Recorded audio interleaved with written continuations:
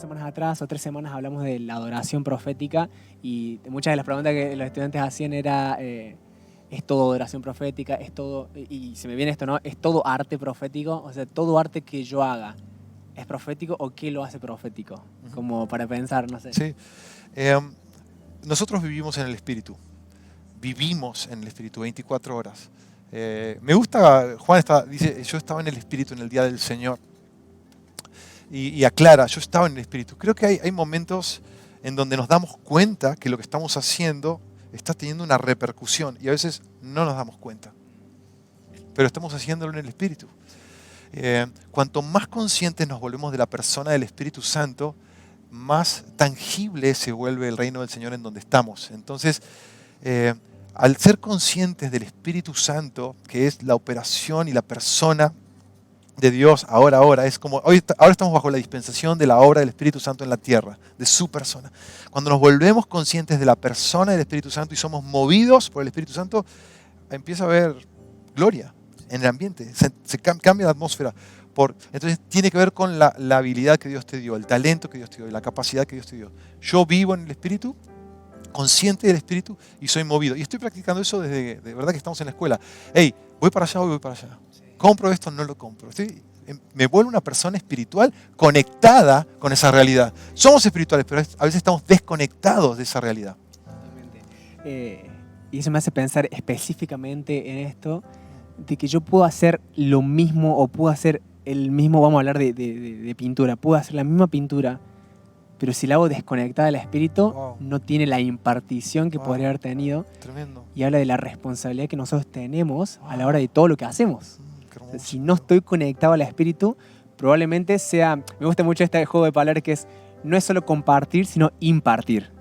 Y en todo, en un mensaje, en una canción, creo que todos han experimentado alguna vez escuchar una canción o ver una pintura o ver una película. A mí me encantan mucho las películas. Hey, lo de las películas, yo desde chico, yo ignoraba todo esto de la realidad espiritual y cristiano de toda la vida, ignorando esto, terminaba de ver una película increíble que me conmovía, me ponía a llorar y tenía un encuentro con el Señor. Pero eran películas, quizás nada, pero el Señor... un amigo hoy a la mañana me mostró un par de canciones de Coldplay, del nuevo disco. Entonces, ¿qué está haciendo ese pibe usando herramientas espirituales? Sabe el poder que tiene la impartición espiritual. Y entonces toma herramientas y elementos de cristianos y él los administra con un talento o una capacidad. Pero eso son cosas que Dios nos entregó. No sé si decir esto, pero... Estoy leyendo un libro de Bill Johnson, se llama The Way of Life, o sea, como el camino de la vida. Y cuenta un poco acerca de la cultura que en Bethel y en Estados Unidos se ha creado, ¿no? Jorge, estuviste en Bethel, yo estuve en Bethel, estuvimos visitando un poco. Y él dice algo de que a veces Dios le confía algo al mundo porque va en búsqueda de eso, pero después para dárselo a la iglesia. Un ejemplo práctico de eso es la palabra iglesia. La palabra iglesia tiene el significado, es una palabra griega, es una palabra pagana, no existía en el vocabulario hebreo. O sea, como una palabra que fue como que Dios le dio al mundo para que cuide hasta el momento en que Jesús vino y dijo, esta es mi eclesia. Wow. La palabra eclesia no estaba, o sea, podría haber usado cualquier palabra hebrea. Podría haber usado la palabra templo, podría haber usado la palabra, no sé, altar. Esta es mi eclesia. Hey, lo mismo pasa con el discipulado. Discípulo no era una palabra, eran los filósofos en el periodo, antes del Nuevo Testamento, 400 años de silencio, surge la filosofía, Grecia invade y ellos tenían sus discípulos y Jesús usa la misma palabra, vayan y hagan discípulos. Y me gusta eso, es como que da un sopapo a la religiosidad nuestra que, esa palabra no la puedo usar, pero usando cosas que están en el mundo para traer mayor gloria. Me gusta esto porque creo que muchas veces vimos el arte y vimos la excelencia en el mundo, pero creo que Dios quiere restaurar este diseño que en realidad Dios quiere que nosotros traigamos el cielo a la tierra. Sí, lo conoces al Colo, amigo tuyo, amigo nuestro. Dijo dos palabras importantísimas ayer, también en esta conversación que tuvimos. Excelencia versus perfeccionismo. Habla un poquito de eso, por favor. No, muy power. Perfeccionismo es ver qué es lo que aún no está terminado, ver lo que aún falta. Pero excelencia es hacerlo mejor con lo que hoy tengo. sin pensar en lo que falta. Entonces, mira, Dios nos llama a ser excelentes. Uno dice, ay, pero yo cómo voy a llegar a ese nivel. ¿Qué es lo que hoy tenés? Vas a ser lo mejor. Tu mamá, la pastora, nos cuenta cómo comenzaron la congregación en este lugar, aún su propia casa, cómo la soñaron, qué tenían hoy en la mano, qué podemos hacer hoy. Eso es excelencia. Ahora, lo que no podemos hacer hoy, lo que nos falta, empezamos a insistir en eso, eso es perfeccionismo. Entrar a un lugar y decir, ¿qué está mal en este lugar? Perfeccionismo. Entrar en un lugar y decir, todo lo que podemos hacer con lo que hoy tenemos en la mano, eso es excelencia. Creo que lo definiste muy práctico y creo que eso está bueno porque ayuda mucho a cualquiera de los estudiantes que estén viendo de poder buscar, primero reconocer qué tengo en la mano, Wow. ¿no? Reconocer qué tengo hoy en la mano y cómo puedo yo expresar excelencia, hacerlo mejor. Y creo que eso también es un desafío porque no tiene nada que ver ahí ya con Dios ya nos dio los dones, Dios ya nos dio habilidades. Yo creo personalmente que nacemos con Sí. talentos. Son irrevocables. Estemos en Exacto. Cristo, no estemos en Cristo, estamos llenos de esa realidad. Pero somos responsables en qué hacemos con esos talentos, qué hacemos con esos dones. Yo me acuerdo de un ejemplo simple y tonto, pero cuando yo iba a la secundaria no me costaba a mí estudiar, no me costaba memorizar. Tenía muy buena memoria. Estudié un ratito antes y cuando era la prueba tenía un 7, 8, 9, 10, no sé cuánto, pero después me olvidaba de todo. Pero yo me daba cuenta, hoy si hubiera sido sabio y hubiera estudiado, tal vez podría haber tenido muy buenas notas, porque me era fácil, ¿no? Algunas materias, no, otras no, era muy difícil. Pero me da cuenta, wow, ahí ya entraba mi responsabilidad, lo que yo estaba haciendo con mi capacidad de poder estudiar. Wow. Y Buena aplicación. el no ser fiel en eso me hacía que me cuesten las cosas más. Pero cuando uno es fiel, por ejemplo, ¿vos hiciste clases de arte alguna vez? Sí, de arte y canto. ¿Cómo esa fidelidad y ese trabajo y ese esfuerzo da frutos hoy? Si querés contar tal vez. Sí, creo que ahí está la diferencia y creo que es ahí la cachetada para el mundo cristiano. Nosotros tomamos lo espiritual muchas veces y el significado espiritual, pero sin excelencia. Y ahí es donde perdemos la batalla, porque mostramos un espontáneo espiritual y desafinado y no está bien hecho, y lo mismo con la presentación de lo que Dios nos dio.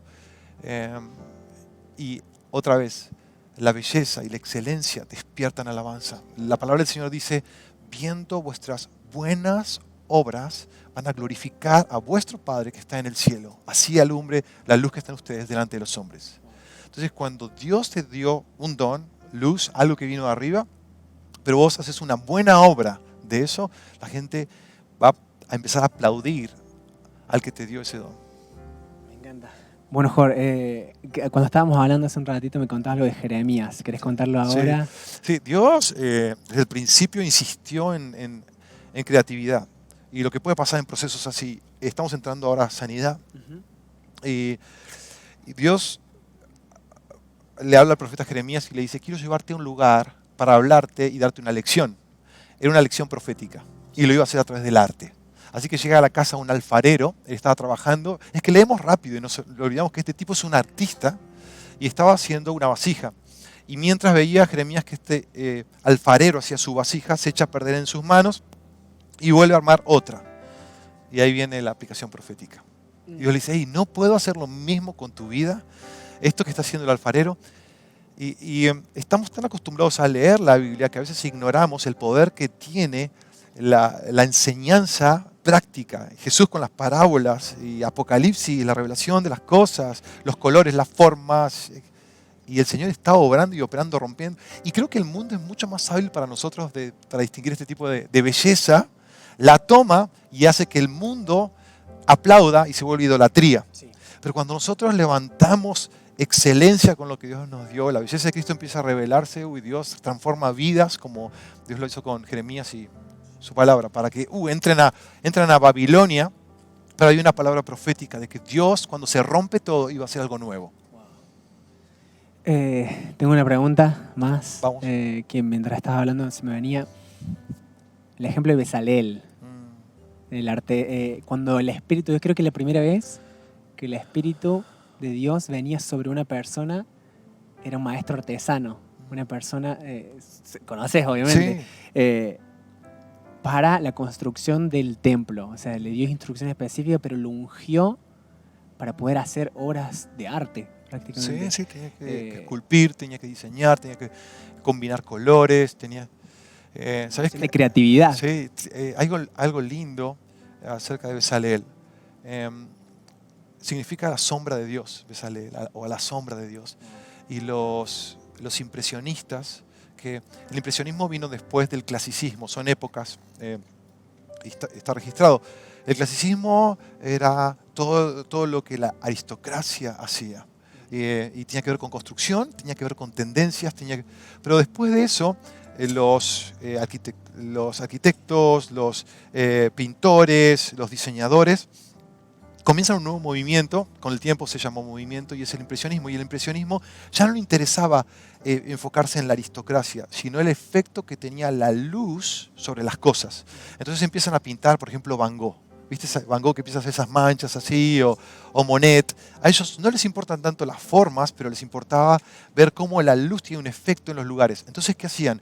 Iban al mismo lugar, en el campo o en la playa, en distintos momentos del día, y veían cómo la luz impactaba sobre las cosas y pintaban desde el mismo lugar, pero era otro paisaje totalmente diferente por el efecto que tenía la luz. Ellos descubren que la luz tiene un efecto impresionante en toda la creación. Es muy espiritual.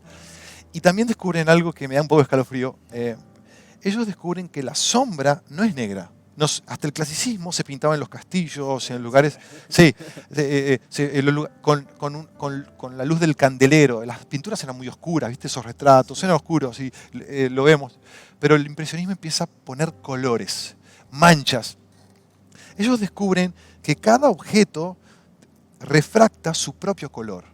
Y la sombra, la reflexión de algo, tiene que ver con el objeto.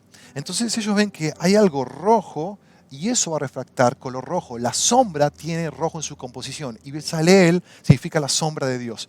Todo lo que él hace tenía que ver con la luz que él que estaba pegando en su vida y la sombra que le estaba impartiendo. Pedro, Sí, estaba pensando en sí, Pedro. amigo. O sea, Pedro, ¿por qué sanaba? Porque estaba expuesto a la luz. Pedro es expuesto a la luz, así que él tenía una sombra. Su sombra no era negra. En su sombra había milagros, había sanidad, había vida, porque él estaba mirando la luz. Entonces los impresionistas lo que hacen es no pintan nunca más dentro de las casas, dentro de los estudios, dentro de los palacios. Ahora salen al aire libre y empiezan a pintar personas, paisajes y objetos, pero con el sol dando sobre eso, y empiezan a ver todo el impacto que eso trae. Y eso no le gustó a los clasicistas, pero eso comenzó un nuevo movimiento. Todo el mundo salió a la calle, todo el mundo fue expuesto a la luz, y eso es lo que Dios está haciendo ahora. El sol de justicia, y viene sanidad. Mucho, sí, muy power.